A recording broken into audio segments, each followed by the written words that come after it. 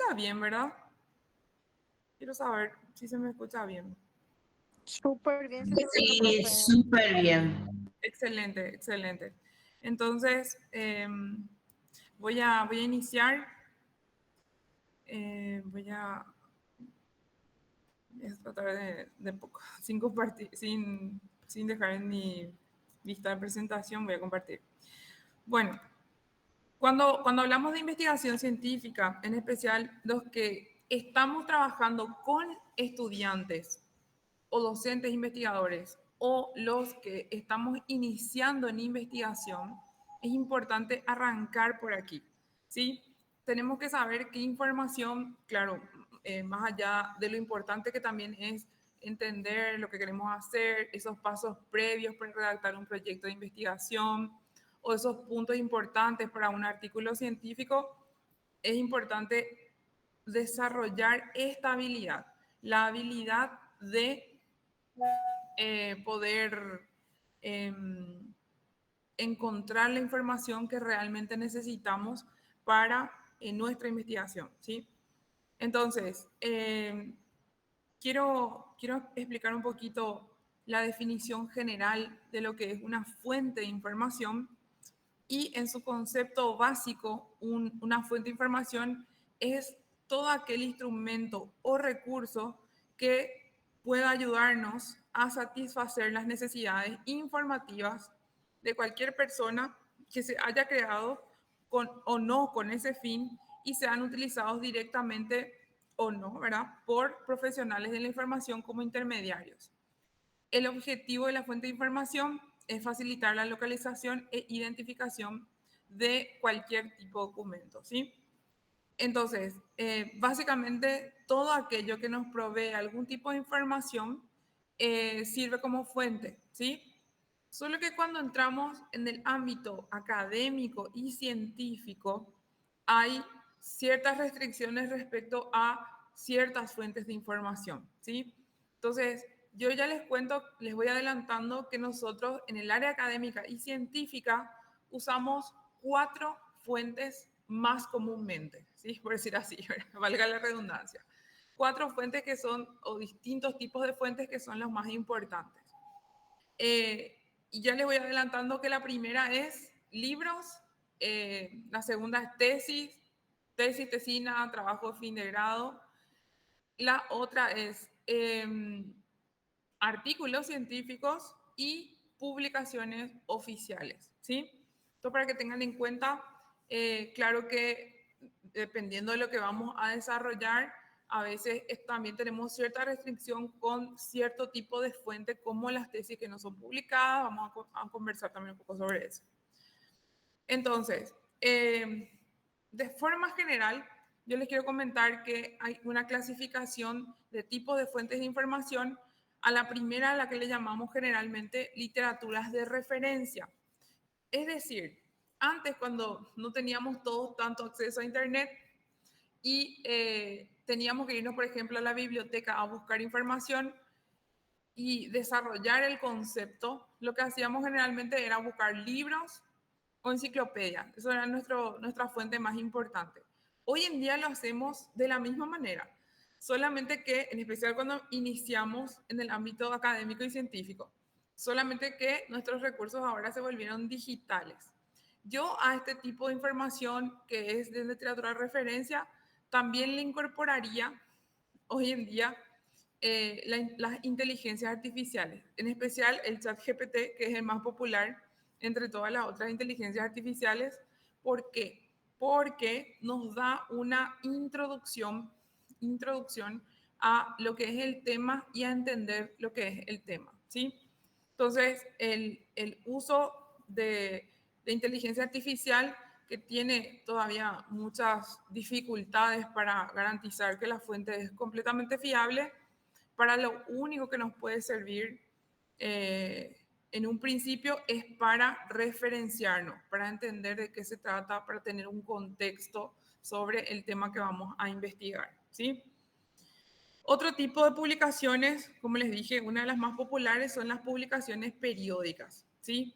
Periódicas se les llama así porque salen en un periodo específico de tiempo, claro, nosotros en el ámbito académico y científico, lo que más podemos usar probablemente son las revistas científicas y en algunos casos algunos anuarios estadísticos que puedan servirnos como eh, eh, parte de contextualizar una problemática, porque generalmente son emitidos por organismos eh, autorizados, a los que después también les podemos llamar, que están en la categoría de publicaciones oficiales, ¿sí?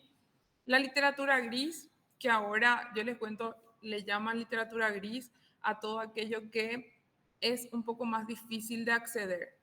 Por ejemplo, la mayoría de los, de las, de los repositorios institucionales que tienen tesis generalmente no publican sus trabajos a texto completo, por lo menos en Paraguay es muy difícil encontrar eh, repositorios que tengan tesis a texto completo. Por lo general están de forma referencial, es decir, para saber que existe una publicación en tal universidad sobre tal cosa, pero uno tiene que acudir a la universidad para poder acceder a esa información. Lo mismo pasa, por ejemplo, con proyectos de investigación, con informes de gestión, que son un poco más difíciles de acceder. Claro que sí tenemos acceso con permiso, autorizaciones, etcétera. A veces suma muchísimo para fundamentar nuestro trabajo o hacer incluso un contraste en el contexto teórico de nuestra investigación, ¿sí? Bueno, aquí quiero hablar un poco sobre las funciones de las fuentes. Y esto nadie nos dice generalmente cuando estamos en la universidad y tampoco cuando somos docentes sabemos transmitir a los estudiantes. Pero estas 4 fuentes que yo les estaba mencionando, todas son diferentes. Todas tienen misiones diferentes y cumplen funciones diferentes. Por eso es que tienen estructuras diferentes también. El libro, por ejemplo, es un recurso, un material que tiene un enfoque muy pedagógico, muy didáctico. El que escribe un libro generalmente lo escribe para que otro que lea aprenda algo, ¿sí? Es decir, la estructura del libro es pedagógica, es didáctica, ¿sí? Ahora, ¿qué información podemos encontrar ahí? Podemos encontrar, por ejemplo, definiciones, antecedentes históricos, clasificación, tipo, características, ventaja, desventaja, causa, si estamos en el ámbito, por ejemplo, médico, biomédico, puede ser diagnóstico, tratamiento, puede ser también incluso, no sé, ustedes van a encontrar en los libros, ustedes, yo sé que están más familiarizados con los libros, van a encontrar también imágenes, gráficos, todo como para que el que lea de inicio a fin un capítulo pueda entender de qué se trata ese capítulo en particular. Cuando hablamos de tesis, tesinas, trabajos de fin de grado o monografías, hablamos de trabajos que se hacen en el entorno de una institución de educación superior, ¿sí? Entonces, la tesis tiene una función, por decir así, desde un punto de vista también pedagógico, ¿sí? Pero también tiene esa función de mostrar resultados nuevos, ¿sí? No solamente desarrollar teoría, sino que mostrar algo más de lo que el investigador está aportando en esa investigación, ¿sí?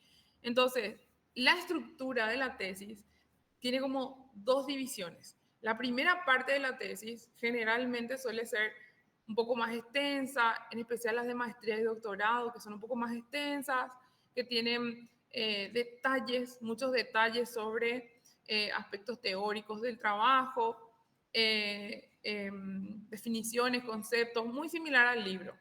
Y después tiene como la segunda parte, que es donde el investigador muestra lo que hizo, cómo hizo y a qué resultados llegó. ¿Por qué tiene esta estructura? Porque lo que el investigador en un trabajo de tesis quiere es que cualquier miembro de la sociedad pueda valorar sus resultados. Y si uno no es del área de la ciencia, de la que quiere empezar a leer o investigar, necesita tener otros conceptos, otros recursos, por decir así, conceptuales, para poder valorar los resultados. Entonces, por eso la estructura de la tesis es así un poquito más extensa. Otro que les quería mencionar es en los artículos científicos. Y aquí cambia un poco el rol de los artículos científicos a diferencia de las otras fuentes que tenemos. Los artículos científicos no buscan educar, ¿sí? Esto ya es importante que ustedes tengan en cuenta, en especial los que estamos en el ámbito académico. El artículo científico está hecho para los pares, ¿sí? Es decir, para una persona que está en la misma área de conocimiento, y lo que el investigador quiere en un artículo científico no es educar, quiere mostrar sus resultados, colaborar a partir de sus evidencias con la ciencia en la que está trabajando. Y entonces por eso el artículo científico es más breve que un libro o que una tesis, ¿sí? ¿Por qué? Porque ahí lo que importa más, por decir así, es que el investigador pueda explicar qué hizo, cómo hizo y a qué resultados llegó, ¿sí? Entonces, hay pocas definiciones, hay pocos conceptos, todo lo que hay de concepto o teoría está bien reducido a contextualizar el tema, pero no es así extenso como un libro, ¿sí? Tanto es así que los artículos científicos tienen en promedio de 8 a 15 páginas y los más extensos son hasta 20 páginas con bibliografías incluidas. Entonces, y después, por último, tenemos las publicaciones oficiales. Las publicaciones oficiales son todas aquellas publicaciones que son emitidas por autoridad, por entidades que tienen autoridad, ¿sí? Ahí podemos hablar de las sociedades científicas, podemos hablar de los entes del gobierno, podemos hablar, por ejemplo, de incluso podemos hablar de algunas normativas nacionales o internacionales. A veces, por ejemplo, la ONU, que tiene distintos estamentos, por decir así, está la UNESCO, la OMS, la FAO, es decir, para distintas áreas de la ciencia está desarrollado también la ONU, y de vez en cuando ellos van sacando guías, protocolos, etcétera, ¿verdad? Entonces, eso para tener en cuenta, las 4 fuentes de información que más se utilizan en el ámbito académico y científico son estas. ¿Y por qué yo les estoy explicando esto? Les estoy explicando porque cuando leemos estos tipos de fuentes, tenemos que entender qué información nos va a proveer cada uno. ¿Sí? No vale la pena que nosotros estemos buscando en un artículo científico conceptos, definiciones, antecedentes históricos, porque ese no es su lugar. No vamos a encontrar eso allí. O no vale la pena que nosotros queramos encontrar evidencia científica muy detallada, muy explícita, muy bien desarrollada en un libro, ¿sí?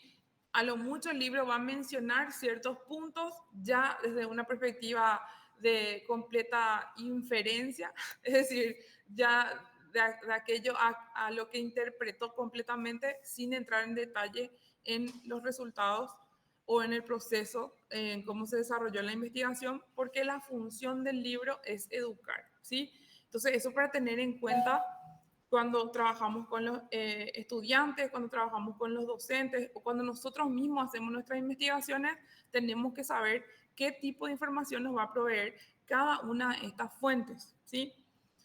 Dentro de los 4, los más populares en el ámbito científico son los artículos científicos, ¿sí? O sea, nuestras tesis, nuestras tesinas, nuestras monografías y nuestros artículos científicos propios van a estar más llenos de otros artículos científicos porque lo que uno quiere es basarse en evidencia, ¿sí? Entonces, por eso es que los artículos científicos son como de los 4 el que más vamos a utilizar. Dentro de la clasificación de los tipos de artículos científicos están los estudios originales y están los originales breves. En el área de agronomía, por ejemplo, ellos tienen una clasificación de originales breves dentro de sus publicaciones científicas. También revisiones bibliográficas vamos a encontrar desde el punto de vista un poco más teórico y conceptual, o la famosa revisión integrativa que le dicen que es la crítica. Y están también las revisiones bibliográficas que son sistemáticas o de metaanálisis. Las sistemáticas se usan mucho en el ámbito de las ciencias biomédicas en general. Todas las áreas de la salud usan muchísimo las revisiones sistemáticas. De hecho, es una de las áreas que más desarrolla este tipo de investigación porque hacen mucho análisis de desarrollo de terapias, de medicamentos, de incluso actividades preventivas o de promoción de la salud. También están los reportes de casos clínicos, aunque hay, por ejemplo, en el ámbito de humanidades, se le llama también, y en el ámbito administrativo, del área empresarial, también se le llaman estudios de caso, ¿sí?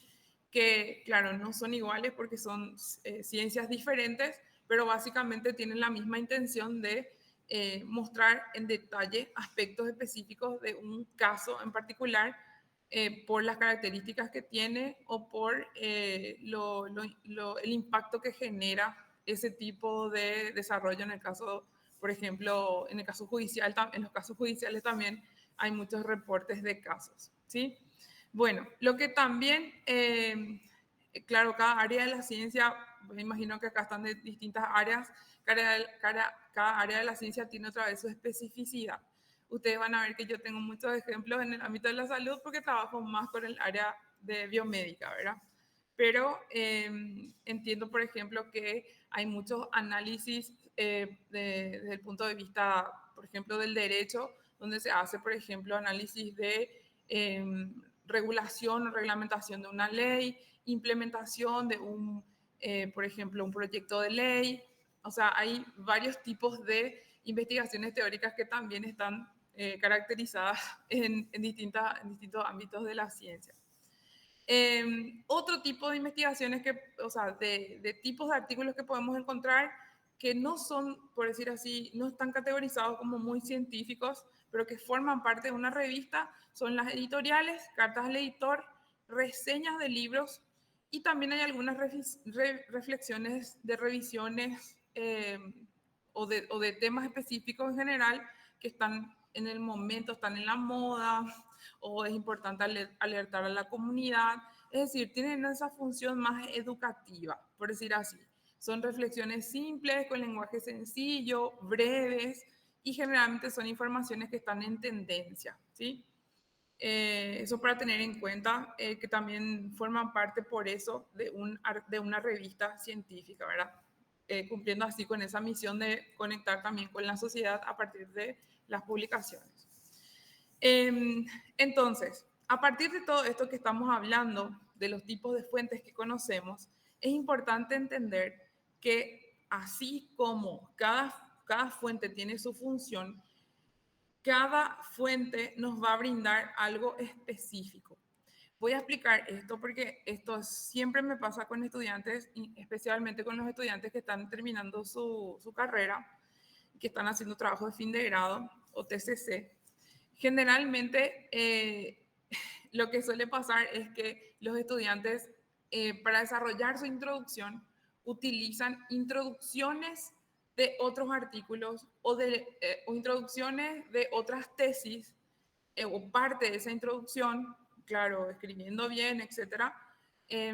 Y yo les cuento que de una tesis en particular, a nosotros no nos sirve, por decir así, la teoría.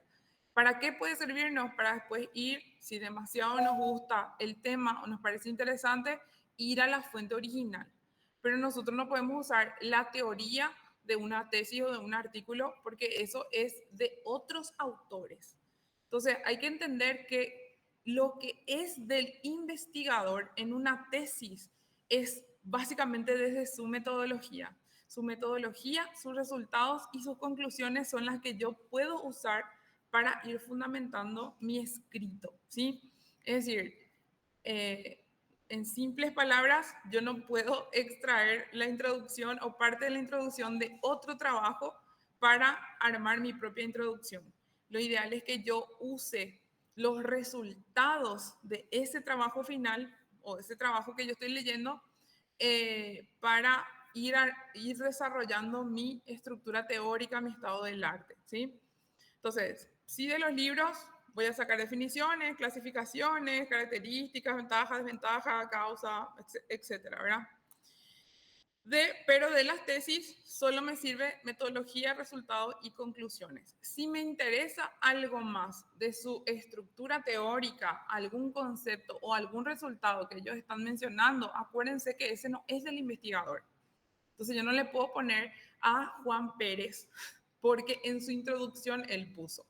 Eso sí o sí está basado en otra fuente. Entonces hay que usar la fuente original en todo caso, porque todos los trabajos por eso tienen sus bibliografías al final, ¿sí? Lo mismo con los artículos científicos, ¿sí? Con los artículos científicos a mí me sirve solamente metodología, resultado y conclusión, ¿sí? Es decir, yo no puedo usar la estructura teórica, la revisión teórica de ese trabajo porque ese es de otros autores, no es del autor original. Eso hay que educar bien a nuestros estudiantes, explicarles que cada una de las fuentes tiene funciones diferentes y que realmente lo que es original del investigador es a partir de la metodología, resultados y conclusiones. Y por último están las publicaciones oficiales. Las publicaciones oficiales, yo les cuento que las publicaciones oficiales son básicamente esas guías, a veces son datos estadísticos, a veces son informes de gestión, por ejemplo, ¿verdad? El ministerio que a veces cierra, a veces hay algunos ministerios, por ejemplo, el Ministerio por ejemplo, de Salud o el Ministerio de Hacienda o el Ministerio de lo que sea, generalmente hacen un cierre, hacen un cálculo, a veces presentan un gráfico de reportes que han recibido, no sé, de enfermedades o patologías que aparecieron más, de accidentados, etcétera, ¿verdad? Entonces, esos son informes de publicaciones oficiales. Puede haber protocolos, puede haber normativas. Por ejemplo, hay normativas que están vinculadas, por ejemplo, en el ámbito agrario, ¿verdad?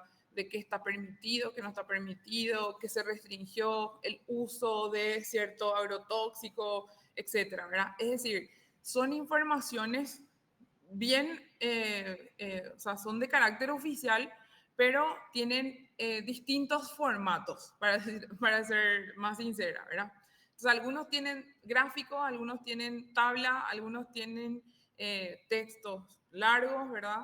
Guías específicas, bien diseñadas, etc.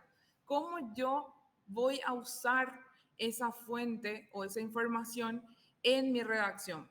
Yo tengo que tener en cuenta que yo no puedo copiar y pegar el gráfico, ¿sí? No puedo copiar y pegar la tabla y poner, aunque le cite a la fuente. Lo ideal es que nosotros, si nosotros vemos, por ejemplo, en la UNESCO, que saca una lista, una tabla de todos los países y, por ejemplo, dice, no sé, el índice o el índice de deserción de estudiantes, por ejemplo, que vemos en la UNESCO y está todo listado de América Latina y hay una partecita nomás donde aparece Paraguay y están los datos estadísticos, no sé, 2023, 2024, por ejemplo. Lo ideal es que nosotros mencionemos de forma narrativa que en tal documento de la UNESCO, Paraguay se posiciona en tal lugar con tanto por ciento de deserción en el 2023 y 2024. Y cito la fuente. Pero no es copiar el gráfico, no es copiar la tabla. Si hay informes o reportes o guías, porque las guías también se van actualizando, tampoco es copiar toda la guía. Por más de que todo parezca que es importante, hay que hacer un resumen de las cosas que son otra vez mucho más importantes o nuevas que no estaban en las guías anteriores y entonces hacemos una mención y citamos la guía, la fuente o la resolución o el informe que sea, ¿sí? Pero lo ideal es que sea de forma narrativa, ¿sí? Eso es importante que ustedes tengan en cuenta. Hasta ahí, ¿qué tal? ¿Se entiende esto de las distintas fuentes de información? ¿No tiene ninguna Sí, consulta? súper bien. Sí, totalmente, no hay nada. Muy bien, muy bien. Entonces vamos a seguir con acceso a las bases de datos y bibliotecas virtuales. Bueno, ustedes saben que nosotros tenemos Sico, que ahora no está todavía disponible, pero esperemos que funcione eventualmente. Sico es una base de datos que es financiada, tiene su periodo de contratación y decir así, de recontratación. Generalmente hay toda una postulación. ¿Por qué? Porque esto paga el CONACYT.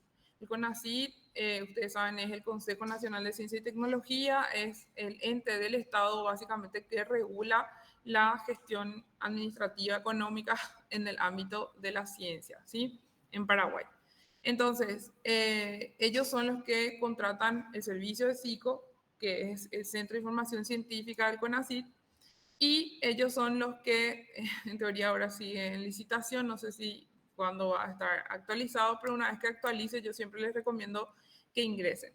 Sin embargo, nosotros tenemos otros tipos de fuentes también, que son muy interesantes.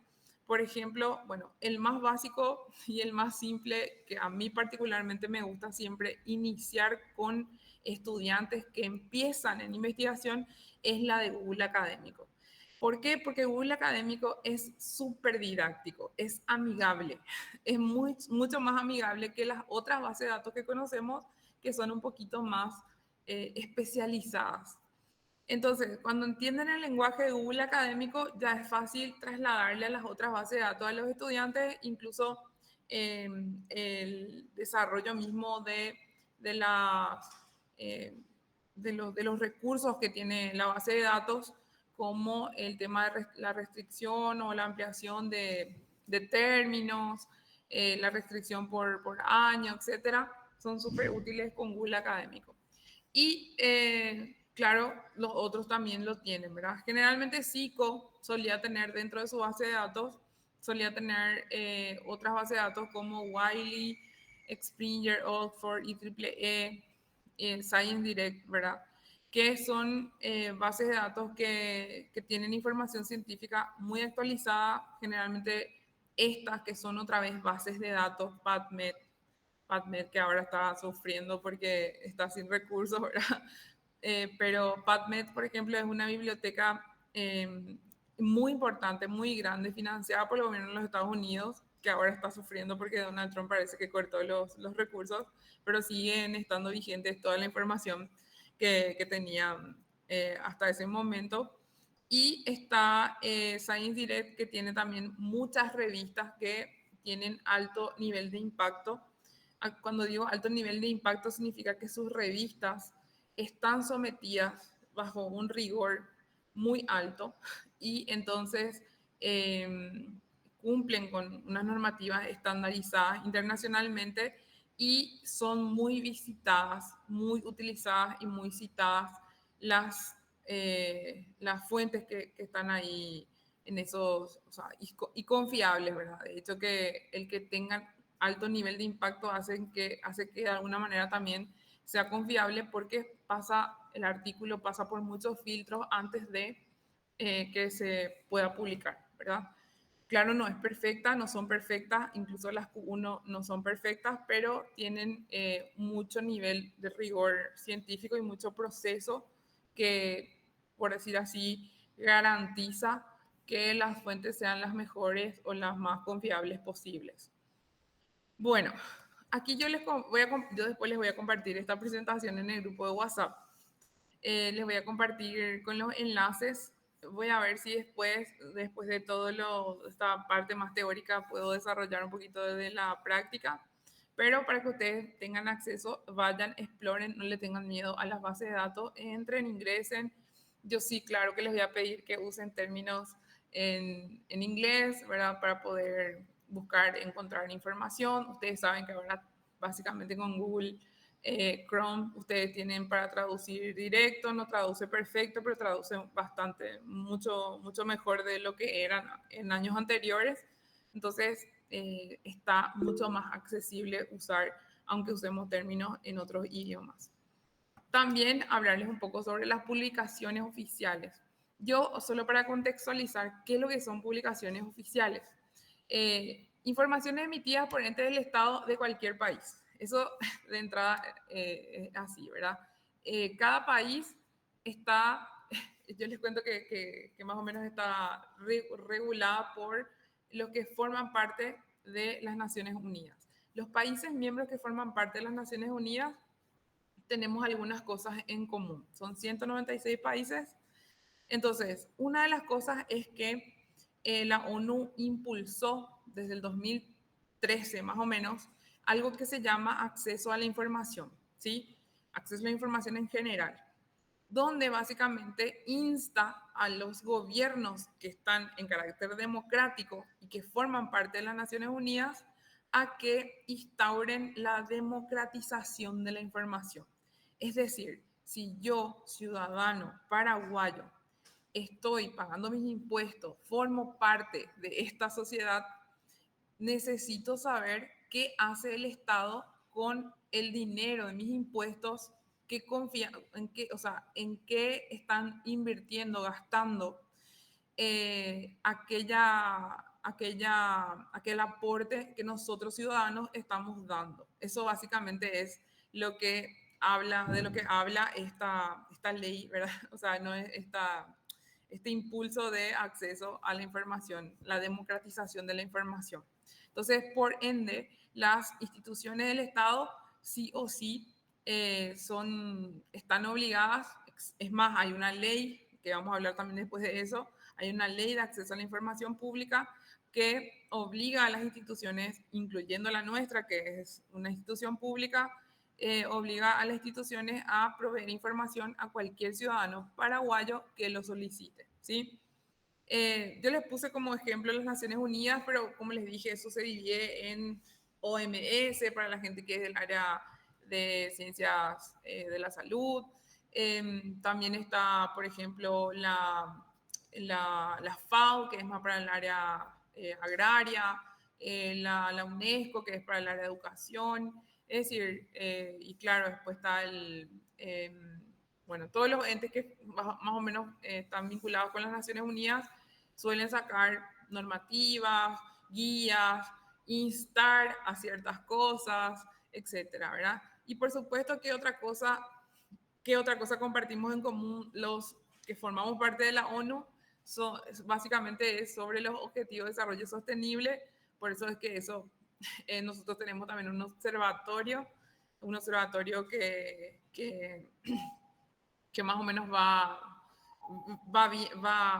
observando en qué se está avanzando respecto a los objetivos de desarrollo sostenible que declaramos y las metas que nos pusimos como país. Y entiendo que todos los países miembros están haciendo también lo mismo porque hay que ir reportando hasta el 2030, ¿sí? Bueno, también las sociedades científicas de todas las áreas, ¿sí? Y de todas partes del mundo generalmente suelen tener mucho contacto entre países y también suelen sacar mucha información estadística, mucha información, por ejemplo, cuando les preocupa algo referente a su tema. Por ejemplo, ahora se hizo muy popular el tema entre los astrónomos, ¿verdad? Por el famoso cometa, ¿verdad? Que mucho se especuló sobre si era o no un ovni, etcétera, ¿verdad? Y entonces, claro, la NASA y todas las sociedades científicas que forman parte de ese ámbito estuvieron reportando, tratando de ir eliminando las fake news para no alterar a la comunidad innecesariamente, etcétera, ¿verdad? Porque eso después es muy caótico.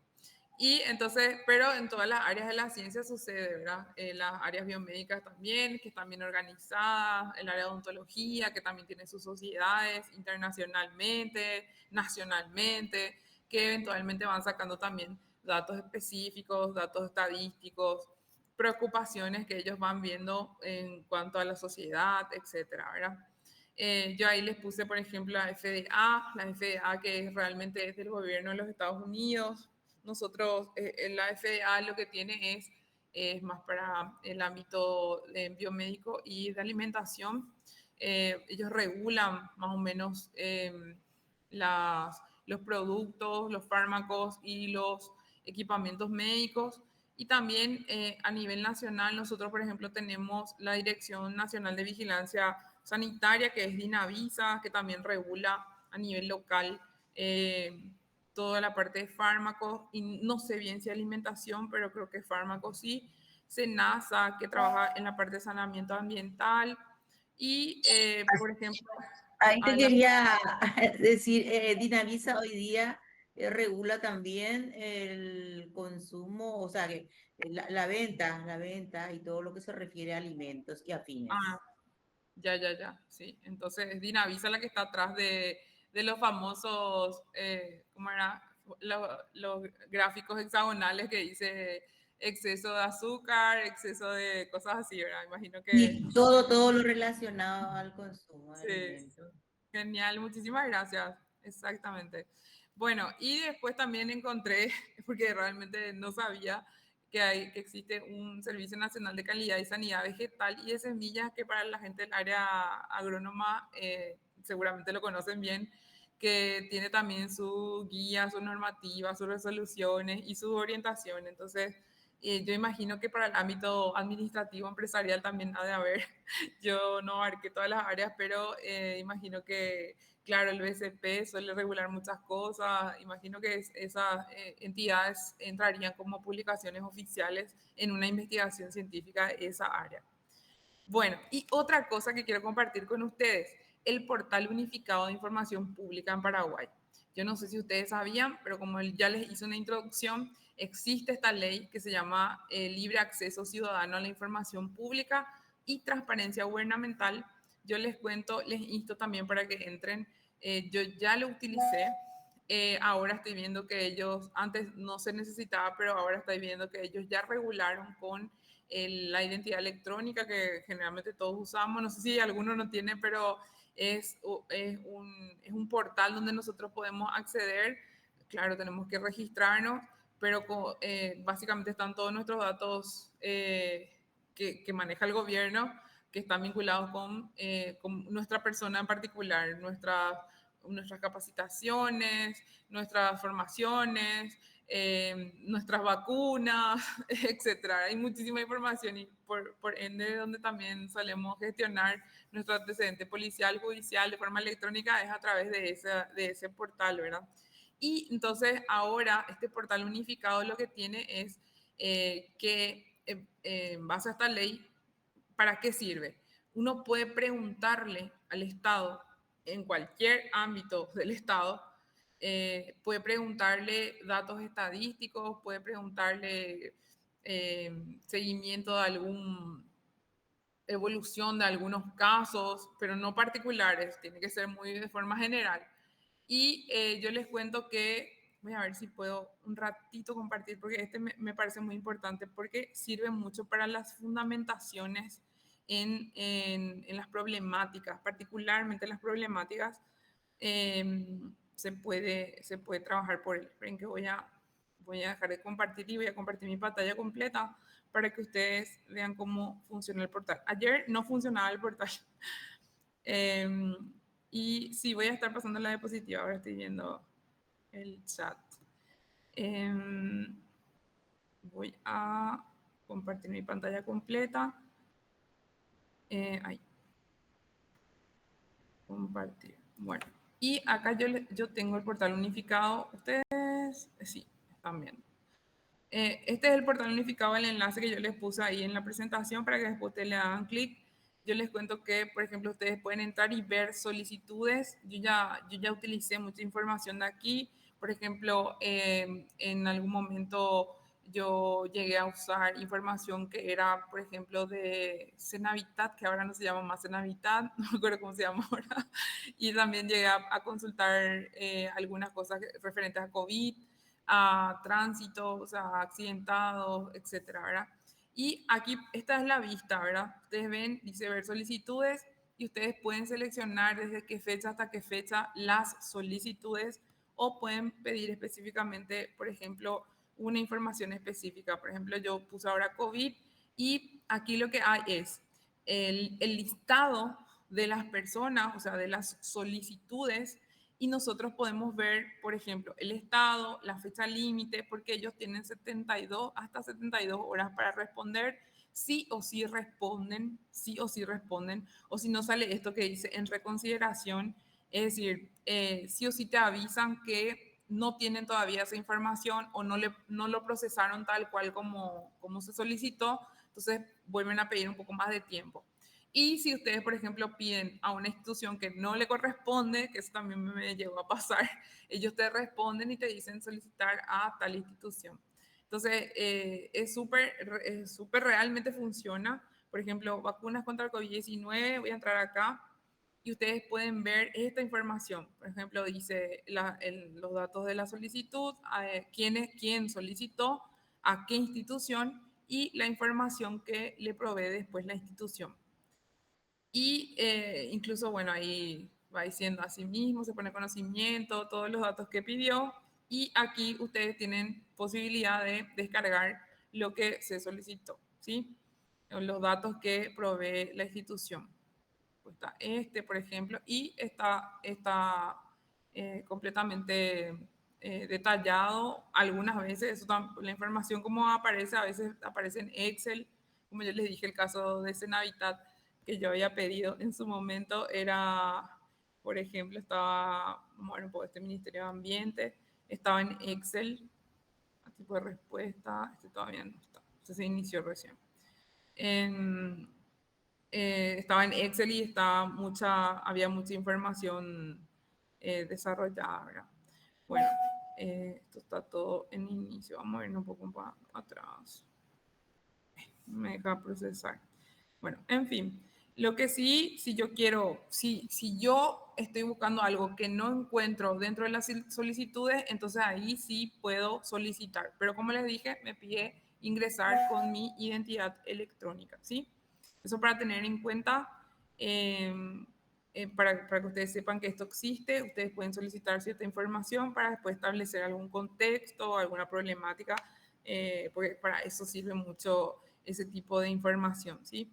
Bueno, voy a continuar con la presentación.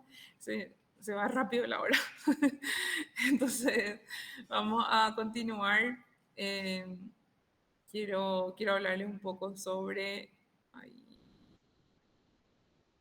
la búsqueda, algunos puntos para considerar nomás en la búsqueda que son importantes.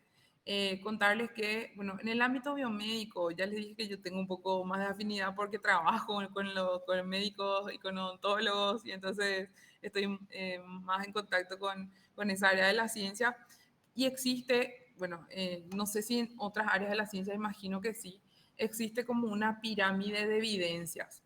En el ámbito médico, yo les cuento que esto está súper estandarizado, que las que están más en la base de la pirámide son las que tienen menor calidad de evidencia y los que están más arriba, en la punta de la pirámide, son las que tienen más alta evidencia, ¿sí? En todos los ámbitos de la salud básicamente es así, porque ellos trabajan con algo que se llama medicina basada en evidencia, ontología basada en evidencia, psicología basada en evidencia, y entonces está más o menos estandarizado. Entiendo yo que, por ejemplo, en las otras áreas de las ciencias, que no son específicamente biomédicas, sí existe una diferencia también entre reportar un caso particular o hacer, por ejemplo, un estudio más desde el punto de vista experimental o etnográfico, etcétera, ¿verdad? Es decir, los diseños de investigación nos dan un parámetro de la calidad de evidencia que puede significar para nuestras investigaciones. Entonces, lo primero importante que hay que transmitir a los estudiantes y también saber nosotros, obviamente, es saber que no todos los estudios son iguales. Cada uno de los tipos de artículos científicos que encontramos no tienen a veces el mismo peso. No es lo mismo leer una reflexión, una revisión bibliográfica que una revisión sistemática que procesó los datos de otra manera, que hizo un análisis un poco más complejo. No es lo mismo leer un artículo original que leer, por ejemplo, un estudio de caso particular. Es decir, tienen sus variaciones y metodológicamente hablando también puede haber muchos sesgos, por decir así, por el tipo de diseño de investigación que se está presentando, ¿verdad?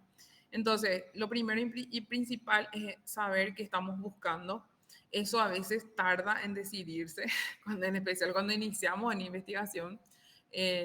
A veces necesitamos tener un poco más de lectura primero de todo lo que hay sobre el tema y después ir especificando mejor nuestras búsquedas. Así que eso no nos abandona. Siempre tenemos que ir todo el tiempo empezando a centrar de vuelta qué es lo que estamos buscando en investigación, ¿sí? Considerar la jerarquía o niveles de evidencia, ahí va a tocar no solamente identificar el diseño, sino que tener un poco más de juicio crítico cuando leemos los artículos. Y siempre también es importante leer previamente algunos puntos o algunos detalles del texto que estamos revisando, ¿verdad? En especial cómo se hizo la investigación, con quiénes, en cuánto tiempo, si tiene la información, por decir así, que permite identificar o entender cómo se hizo la investigación, que no les falte esas informaciones. Y familiarizarnos, obviamente, con estas bases de datos que son más del ámbito académico o científico. Otro punto importante es la utilización de estos famosos operadores booleanos. ¿Qué son operadores booleanos? Son operadores lógicos que todas las bases de datos tienen, incluyendo Google Académico. ¿Y para qué sirve? Básicamente, las bases los operadores booleanos sirven para ampliar, restringir o combinar información en general, ¿sí? No solo para restringir. Entonces, por ejemplo, si yo uso, por ejemplo, un operador booleano que es el AND, generalmente es lo que hacemos más comúnmente sin darnos cuenta, es cuando nosotros ponemos todos los términos en el buscador y el buscador nos trae solo si están todos los términos, ¿sí?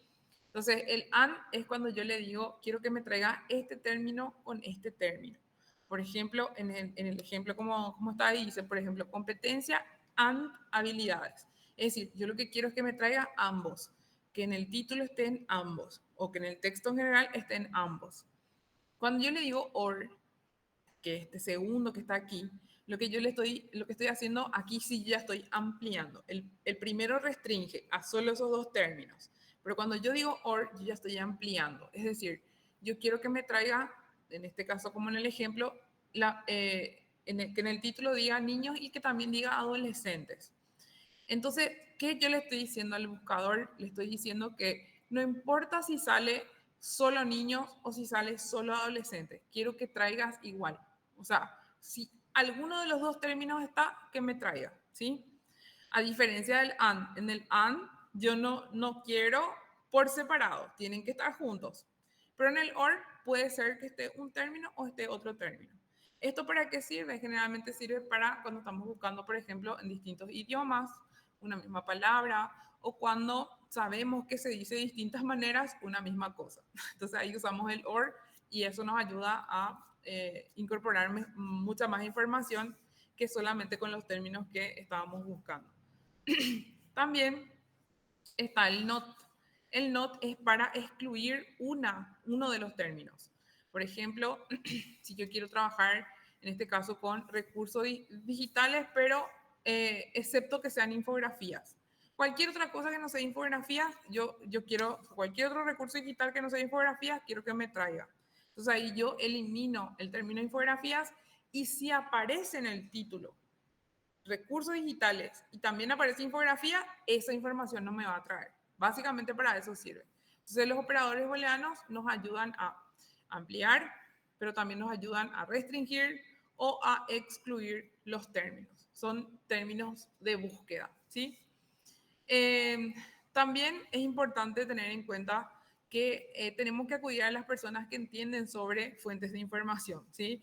A veces es útil trabajar con gente que está en la biblioteca, a veces es útil trabajar con especialistas. Por ejemplo, a mí me gusta mucho un tema, pero yo no soy experto en esa área, pero tengo un médico, un odontólogo, un arquitecto, un abogado que es experto en esa área o que va a saber mucho mejor que yo. Entonces yo le voy haciendo consultas para tener una idea de qué encontrar también en la información, qué términos puedo usar, cómo también se puede presentar ese fenómeno que quiero investigar. Entonces, contactar con personas que entienden ayuda muchísimo también en la búsqueda, en el proceso de la búsqueda. Y claro que hay que hacer la búsqueda, eso es importante. No pierdan el hábito de hacer las búsquedas, independientemente de que ahora ya tenemos recursos de inteligencia artificial. Yo les cuento que es importante que para los recursos de inteligencia artificial nosotros ya sepamos, ya entendamos un poco más sobre el área, ¿sí? Si estamos muy nuevos en el área, nos conviene ir a las fuentes, nosotros mismos buscar, interpretar lo que queremos investigar y a partir de ahí después usar otros recursos. Aquí yo les voy a dejar algunos términos que pueden ser útiles para el lenguaje en general. Y bueno, las fuentes de información. Aquí es muy importante tener en cuenta que nosotros estamos súper conectados, todo está súper conectado ya, básicamente en nuestro teléfono tenemos todo. Incluso, ya les cuento, nuestro teléfono tiene hasta nuestra huella digital, nuestro rostro, etcétera, ¿verdad? Entonces, es importante tener en cuenta que como todo está tan conectado, existen estas burbujas de información. Incluso nosotros en nuestro buscador de Google, cuando está conectado con nuestro correo, el chat GPT o cualquier otro recurso que nosotros solemos usar, nuestra misma cuenta de Outlook que tiene su propia inteligencia artificial, empieza a entender nuestro comportamiento, incluyendo nuestro comportamiento de búsqueda, ¿sí? Entonces, los algoritmos que trabajan mucho con probabilidad empiezan a filtrar información considerando lo que más nosotros fuimos buscando, ¿sí? Entonces, podemos caer, como ya se cae mucho en las redes sociales, también podemos caer eso en el momento de usar nuestros recursos para investigación. Entonces, es importante ir eliminando esas burbujas y la forma de eliminar es usando más términos, cambiando la forma de buscar, usar otros recursos también, no solamente usar, por ejemplo, Google, a veces podemos usar, por ejemplo, Brave, el Explorer, si es que nos animamos. Es decir, tratemos de usar también otros buscadores, tratemos de usar otros recursos para después tener ampliado un poco más la información también, ¿sí? Esto está sucediendo, yo entiendo que también en base a nuestras investigaciones se va a ir filtrando, que esa es la intención, ¿verdad? Que nos sea más útil, pero a veces podemos perder información por eso. ¿Qué hace que una fuente sea fiable? Lo primero y principal es el autor. Yo ya discutí esto muchas veces con los que estuvieron alguna vez en alguna de mis capacitaciones. Wikipedia, que fue satanizado muchísimo tiempo, ¿verdad? Y hasta ahora, el problema de Wikipedia, más allá de que es vulnerable o de que puede ser fácil de cambiar la información que está allí, su problema principal realmente es que nadie se hace cargo. La filosofía de Wikipedia es que todos construimos la información o el conocimiento. Entonces, ¿cuál es el problema cuando estamos en el ámbito académico científico? Que no hay un autor a quien culpar. Este es un problema importante. Cuando nosotros hacemos las bibliografías, lo primero que nosotros ponemos en la bibliografía es el autor. ¿Por qué? Porque nosotros tenemos que tener un responsable en el quien nos basamos para desarrollar nuestra teoría, probar alguna cosa, incluso utilizar su instrumento. Entonces, toda fuente que no tenga autor no sirve como fuente en el ámbito académico y científico, ¿sí? Entonces, eso para tener en cuenta. Lo mismo nos va a pasar con la inteligencia artificial. El drama de la inteligencia artificial, por más generativa que sea y por más que él nos crea y no copia de ningún otro lugar, es que no podemos ponerle como autor. Vamos a hablar también de eso después, ¿por qué? La IA o las inteligencias artificiales funcionan a partir de las probabilidades. Es decir, de todo lo que encuentra en Internet y entonces el 100% de lo que está en Internet, ustedes saben que no todo es real. Hay muchas fake news, hay muchas páginas comerciales, hay muchas fuentes que no sabemos si son fiables o no. Y la inteligencia artificial no discrimina, bueno, en especial ChatGPT, los otros, hay otras les puse una lista de inteligencia artificial que se usa más en el ámbito académico y científico también para que ustedes tengan en cuenta y puedan explorar. Pero sí les digo, el más común que es ChatGPT no discrimina eso, ¿sí? Entonces, hay que considerar que también cuando hacemos muchas preguntas y la forma en que estamos preguntando no está resultando o no está dando lo que queremos que nos dé, la propia inteligencia artificial vuelve a usar la probabilidad y vuelve a tratar de incorporar otra información y eso genera algo que se llama alucinaciones. Y entonces va creando información que es completamente irreal, fuera completamente de la verdad. Entonces, inventa los datos. Hay situaciones también que nosotros vimos que inventa incluso las fuentes en las que consulta, ¿verdad? A veces de 5 fuentes, una es real y las otras son todas inventadas. Entonces, eso para tener en cuenta con la inteligencia artificial hay que tener ese cuidado. El drama también es el autor. Aparte del autor, es importante tener en cuenta la entidad que respalda la investigación. No es que respalda la investigación, pero que por lo menos asegura en el ámbito académico y científico que el autor no es un fantasma. ¿Y cuáles páginas entran como fantasma? Blogs o las páginas web que no son oficiales. Las páginas que son comerciales tampoco entran como fuente fiable, ¿verdad? Después están las páginas comerciales, que tal vez son fuentes de información fiable, pero tienen el famoso conflicto de interés. Por ejemplo, por decir, Agrofértil, que tiene, por ejemplo, todos los datos sobre los productos, los servicios, incluso hay resultados de algunos trabajos científicos dentro de esas páginas que, claro, tienen resultados positivos. ¿Por qué? Porque es una página comercial. Bayer tiene lo mismo, Pfizer lo mismo. Es decir, están las páginas que son muy comerciales, por más de que tengan datos reales, están sujetos a los conflictos de interés por la fuente de financiación.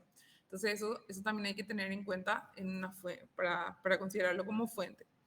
Algunos puntos importantes, considerar el autor, la actualización de la fuente y la precisión del contenido, que eso se va adquiriendo con el tiempo.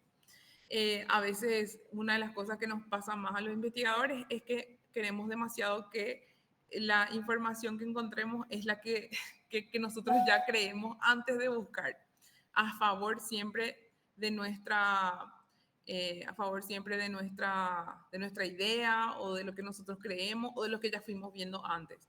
Entonces, la objetividad es también muy importante en el momento de la lectura de los artículos que fuimos seleccionando. ¿Qué es lo que tiene que tener una bibliografía? En todas las áreas de la ciencia y bajo la norma que sea, mínimamente autor, título, que tiene que ser bien claro. En el caso de la revista, tiene que tener el nombre de la revista. En el caso del libro, el nombre de la editorial. Si es una universidad, tiene que estar el nombre de la universidad.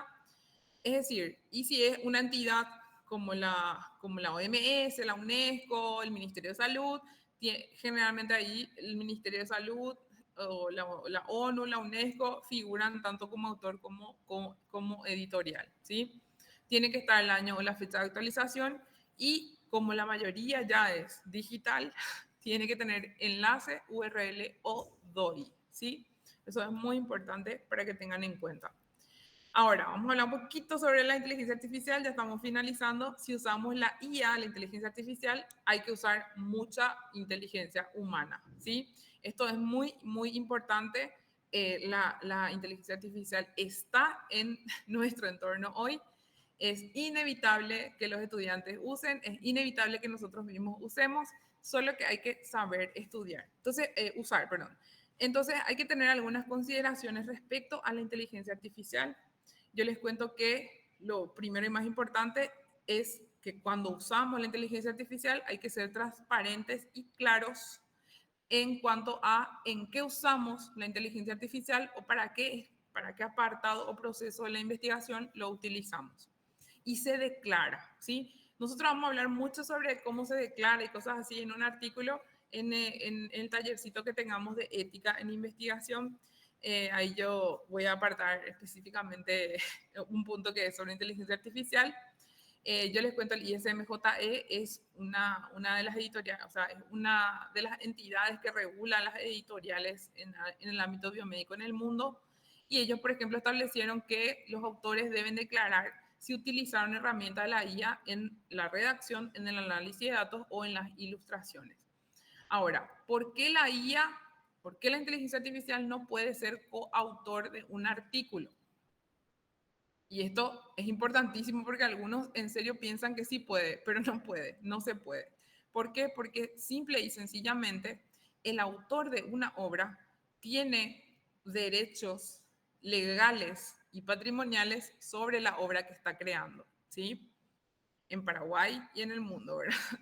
Entonces, una inteligencia artificial no puede ser procesada legalmente, no puede cumplir pena por algún aspecto ético que no haya cumplido.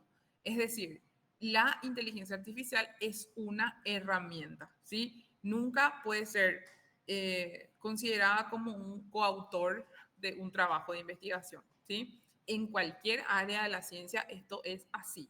Sí hay que declarar por ética, hay que declarar en qué usamos, cómo usamos la inteligencia artificial, aunque es aspecto o proceso, pero no podemos considerarle como coautor, ¿sí?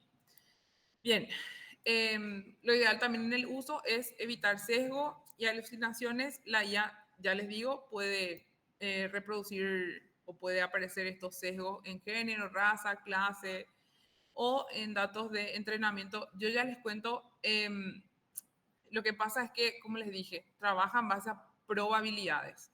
Entonces, en base al pedido que nosotros le hacemos, él va gestionando lo que necesita o lo que considera que está más cercano a lo que nosotros le solicitamos en el buscador, ¿verdad? También puede generar información falsa, como les dije, esto de las alucinaciones es muy real. Hay artículos científicos que tienen informaciones falsas y que después fueron retractados o por lo menos fueron observados y tuvieron que retirar su artículo. Entonces hay que cuidar muchísimo esos aspectos. Y el investigador debe verificar manualmente todas las afirmaciones, datos y referencias que son generadas por la IA. Esto es fundamental. Por eso es que nosotros no podemos dejarle a la IA que haga todo por nosotros. Nosotros podemos pedirle algo, pero después tenemos que ir corroborando todo, siempre. Entonces, ahí, repito de vuelta, hay que poner la inteligencia humana a la inteligencia artificial, porque si no, no es real, no funciona, es un caos, es pobre la información o incluso puede ser información creada completamente, o sea, totalmente irreal, ¿sí? Otros aspectos importantes para el uso, esto ya para los que quieran explorar un poquito más en el ámbito académico y científico. El prompt, que es más o menos como nosotros les vamos a solicitar la información a todas las IA que podamos llegar a usar, hay que tener en cuenta, primero y principal, que hay que contextualizar la tarea. Hay que definir también el rol que va a cumplir la IA y hay que especificar el formato de salida que va a tener. O sea, yo tengo que explicar, por ejemplo, soy estudiante del doctorado en educación, en gestión educacional y estoy buscando una pregunta de investigación vinculada a gestión en investigación, por ejemplo. Es decir, yo tengo que darle un contexto, tengo que decirle, necesito que al menos 4 ideas de investigación que estén vinculadas con X, ¿verdad? Y necesito que me dividas en cuadros, que me dividas en tablas o que me desarrolles una infografía sobre eso. Es decir, yo tengo que especificar el contexto, el rol que él va a cumplir y el formato de salida, como yo quiero que me presente la información. Se escribe todo eso en el prompt y el prompt ahí, eso nos ayuda mucho. Yo les cuento porque a veces nosotros somos muy ambiguos, ponemos cosas muy cortitas y 1000 veces le repetimos las cosas y al final no encontramos nunca la forma. Entonces hay que pensar bien qué ponerle en el prompt y entonces a partir de ahí va a ser más eficiente también el resultado que me va a proveer. Hay que evaluar la fiabilidad, verificar las herramientas, esto es súper importante. La única forma de verificar es probando, obviamente. ChatGPT ya sabemos tiene información, en especial su información, o sea, el ChatGPT que tiene su versión Plus, por decir así, que tiene su costo, tiene información un poco más regulada, pero como les dije, no discrimina nada. O sea, muy académico no es, tiene mucha información importante y relevante, genera información relevante, pero hay que corroborar todo. Otras fuentes que se utilizan, por ejemplo, otras inteligencias artificiales, las más populares, Elicit, Scite, Consensus y Research Rabbit, son las que más se utilizan para buscar información y analizar información en el ámbito más académico y científico, ¿verdad? Verificación y citación, hay que ver si hay errores en las fuentes, si hay errores en el sesgo. A veces nosotros podemos generar también el error en el momento de construir el prompt. Y lo otro que también hay que tener en cuenta, privacidad y seguridad. No subir datos sensibles ni documentos que, por ejemplo, tengan un cartel de copyright. Revisar siempre los términos y los datos que nosotros no queremos que, por decir así, la IA tenga o comparta a nosotros. Es decir, no subamos, por ejemplo, imágenes de nuestros casos clínicos con nuestros pacientes, por ejemplo, para que nos contextualice. Es decir, tengan cuidado con lo que le piden y tengan cuidado con esas restricciones. Tengan ustedes primero esas restricciones antes de pasarle a la IA algún tipo de esa información sensible, por decir así, ¿sí?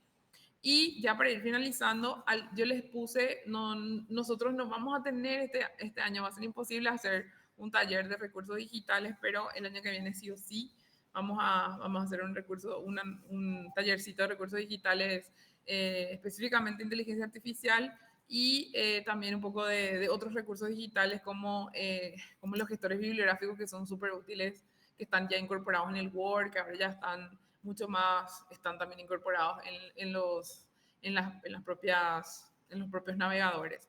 Algunas de estas IAs, las más populares, Scite, Elicit, Moonlight, yo estuve explorando un poquito, los que yo más uso realmente son Consensus y Research Rabbit. El Research Rabbit es fabuloso porque en un segundo ustedes le ponen, generalmente selecciona información solo académica o científica, y ustedes le ponen los términos de búsqueda y él te va diciendo en un mapita cuántos artículos en qué año hay sobre, o cuántos artículos en cada año hay sobre esas publicaciones. Entonces, una búsqueda que te puede llevar entre 1 o 2 horas solamente de búsqueda, él lo hace en 1 minuto 12 o 30 segundos, ¿verdad?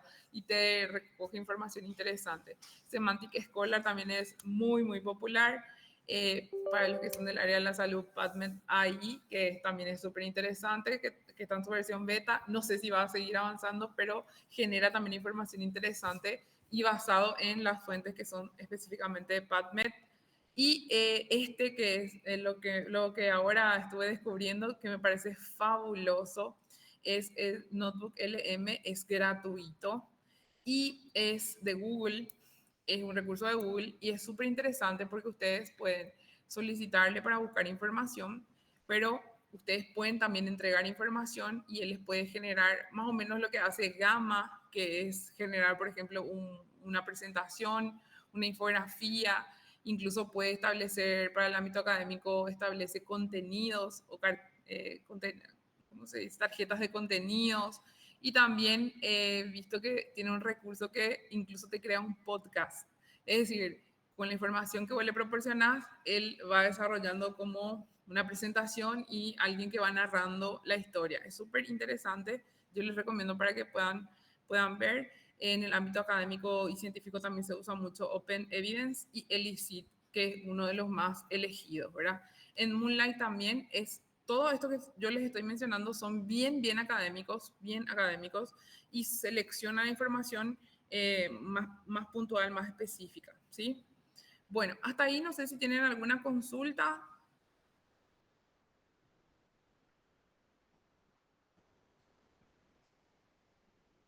Voy a finalizando ya. Quiero cerrar la presentación diciéndoles, bueno, la inteligencia es la habilidad de adaptarse a los cambios. Ustedes saben, ahora tenemos un poco de todo, ¿verdad?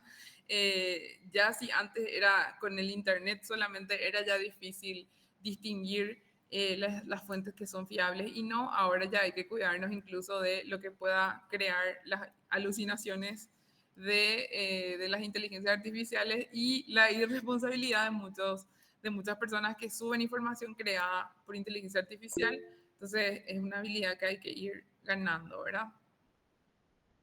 Bien, no sé si tienen alguna consultita, Diego. Y doctor, Profesora, ¿qué tal? ¿Cómo está, sí, licenciada? ¿cómo está?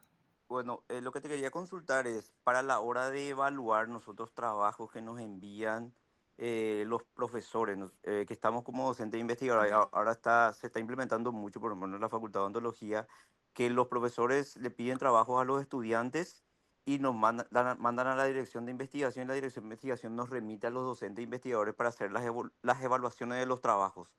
Entonces a Sí, veces ocurre el caso de que presentan trabajo que tiene muchísimos errores, nosotros le pedimos las aclaraciones, es decir, las correcciones a los estudiantes y en menos de un día o dos te vienen trabajos así muy perfectos.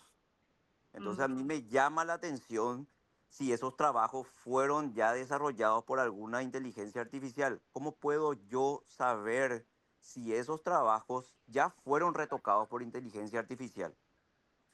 bueno, y hay software antiplagio que tienen esa detección de inteligencia artificial que, o sea, si hablamos digitalmente hablando, esa es una de las formas, ¿verdad? La otra es corroborando la información, porque las que están muy perfectas a veces son inventadas. Entonces, claro, el que es experto en el área, el que es especialista, lo que va a entender y detectar mejor, ¿verdad? Nada le supera a la inteligencia humana. Incluso yo muchas veces dije que cuando revisamos, detectamos ya, cuando es creado por inteligencia artificial, pero a ojo, y detectamos incluso cuando no es, pero es copiado y pegado a algún otro lugar. Entonces, una de las formas es hacernos de una herramienta primero y en primer lugar, para no perder tanto tiempo, que nos verifique si hay uso de inteligencia artificial. Lo otro es empezar a evangelizar sobre el uso de la inteligencia artificial.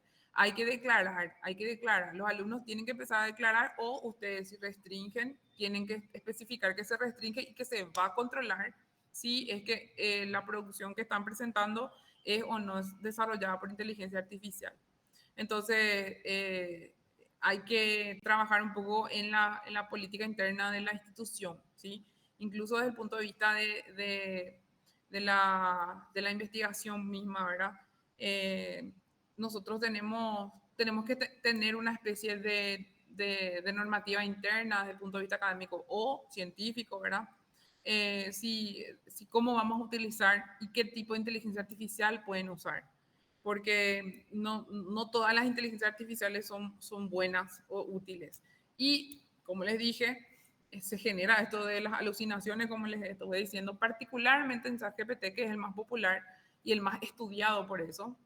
Y entonces, ya ahí la forma es hacernos de un instrumento que detecte inteligencia artificial y también establecer una especie de normativa. Esas son mi humilde opinión, ¿verdad? No sé, doctor, si Profe, ¿y cuál es una inteligencia artificial que detecte inteligencias artificiales? ¿O la universidad tiene no. algún programa para detectar plagio o uso de inteligencia artificial? Nosotros tenemos que gestionar, nos pusimos de acuerdo con algunos directores de que vamos a contratar servicios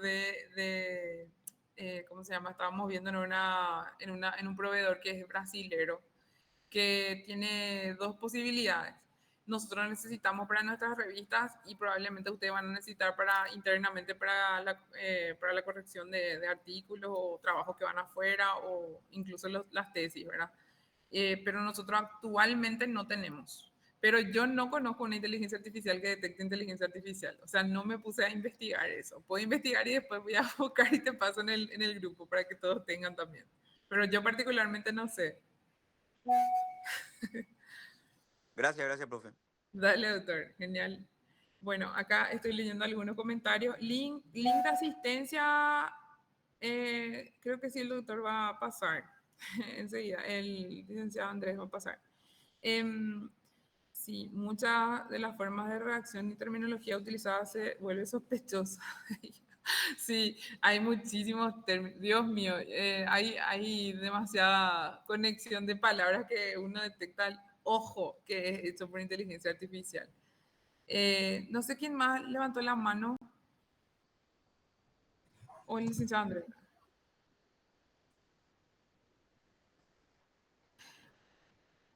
Porque dice Universidad Nacional de Concepción. Soy yo, Está Andrea. nomás con el micrófono. Ah, Ahí ya. está el Sí. Sí. No, simplemente, Andrea, quería expresarle felicitaciones por la iniciativa. Segundo, yo pienso que hay muchas preguntas en el ambiente y probablemente en una sola jornada no vamos a poder hacer todos los desafíos que está instalando. El primer desafío, evangelizar. Yo pienso que somos varios los que estamos todavía en el bosque y hay que empezar a hacer una suerte de línea de civilización, de evangelización, y después incorporaste un lenguaje bastante fuerte también, esa de las alucinaciones. Pero Sí, lo que más me gustó es la insistencia en todas las explicaciones de que este taller tiene una suerte de visibilizar el enfoque de carácter académico, sí, porque hay una interpretación errónea en nuestro país en especial que se genera investigadores, como si fuera que hacer docencia uno está exonerado. Al claro. hacer academia, somos investigadores por naturaleza. Entonces la naturaleza de nuestra misión nos obliga. Por eso ya en privado conversaremos cómo podemos prácticamente empadronar mayores interesados en esta evangelización que se lanzó el desafío esta mañana y que es sumamente interesante. Entonces, por la iniciativa, por el aporte, por todo este material, yo pienso que es una batería para un público comprometido en adueñarse de esta línea presentada con mayor propiedad, con mayor profundidad. Felicitaciones, simplemente eso quería expresar. Feliz fin de semana para todos. Gracias, señor rector. Muchas gracias. Andrés, te cedo la palabra ya. Yo solo les iba a compartir esta parte, pero de nuestras capacitaciones que ya tienen ustedes en el grupo y otra vez voy a dejar ahí más o menos compartido también el QR de nuestro grupo, porque ahí vamos a ir pasando nuestros enlaces de conexión, ¿sí? Sí, bueno, buenos días nuevamente para todos. En este momento estoy enviando en el chat aquí de la videoconferencia el enlace que corresponde a la asistencia, a la evaluación y también solicitamos una pequeña sugerencia por parte de ustedes, los participantes. Como ya mencionó la compañera, todas las informaciones de esta actividad, de las jornadas que vamos a ir teniendo en los próximos días, vamos a enviar al grupo de WhatsApp que está creado para el efecto, de manera a no también confundirle a la gente, ¿verdad? El código QR es del grupo nada más, no de las videoconferencias. Y la generación, o vamos a generar los certificados de cada jornada por separado al finalizar la totalidad de la jornada, ¿verdad? Entonces, eso para que puedan tener en cuenta, cada jornada va a tener su propio formulario de cierre. Entonces, en la medida que van ustedes visualizando los temas, se van a poder conectar a la jornada que decidan ustedes. Muchísimas gracias a todos por la participación. Eh, Quisiera, para dejar evidencias y hacer las publicaciones correspondientes, si podrían encender sus cámaras, voy a hacer una captura de pantalla y ya después estamos liberados. Muchísimas gracias a todos.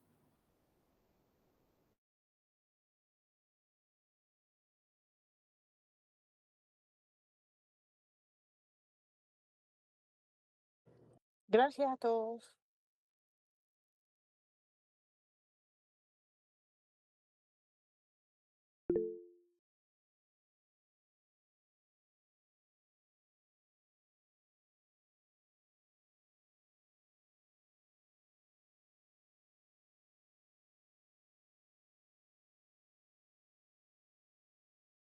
Andrés, ahí una compañera comenta sobre el acceso al link.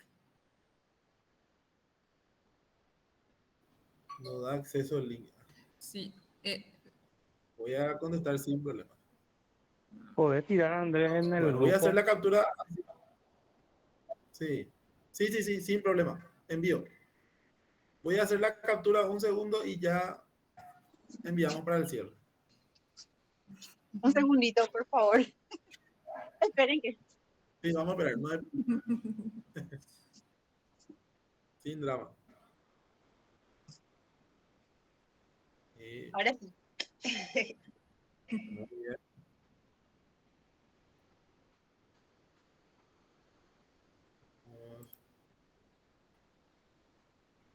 Muy bien. Muchísimas gracias a todos.